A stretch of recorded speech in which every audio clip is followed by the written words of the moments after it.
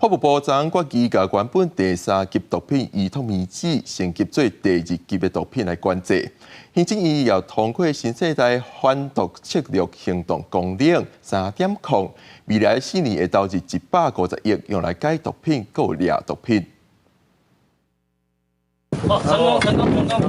交火柜厝的大门口开，内面拢是盆栽，经过检验拢是大麻，换算起大是超过100万。警方在台东绿岛查到第一件种大麻的事件。他们为什么会选在立岛地区？就是立岛它常常会有外国人在居住，在台风舰配置的警力也不会很多。规身躯包条条，伊就是涉案的细港的查甫人，伫当地涉及开店兼做毒品的买卖，和大麻同款，拢列做2级的毒品。听看有古柯碱、安非他命、MDMA。法务部搁伫14，经过毒审会决议了后，甲依托米脂对原本的3级提升到2级管制。未来我们会循程序来函请这个行政院来做正式的公告。单纯的持有跟施用也会构成犯罪行为。强势毒品的管制力量嘛搁加大，行政院嘛确定通过新世代反毒策略行动纲领3.0，未来4档会投入150亿，解毒的方面占比5成以上济，对接毒品的部分嘛有3成4。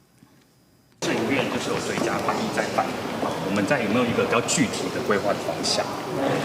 谢谢。要投100亿反毒的工作，要安怎规划？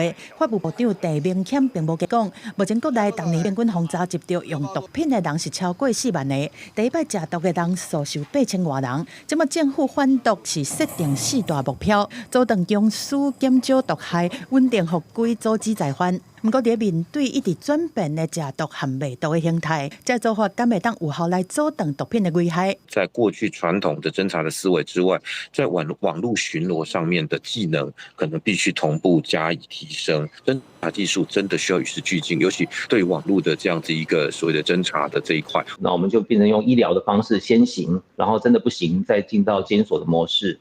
那为什么无效？没有真的有一个系统，或者是有一套非常好的模式。面对毒品的乱象，专家建议讲，第一个任务就是要放伫戒毒，必须要用着方式减少使用毒品的再犯率，或者嘛提醒源头防治的重要性，用教育来阻断毒品新生人口个出现。即发当围查毒品，嘛同款爱对时代改变更加进步。记者综合报道。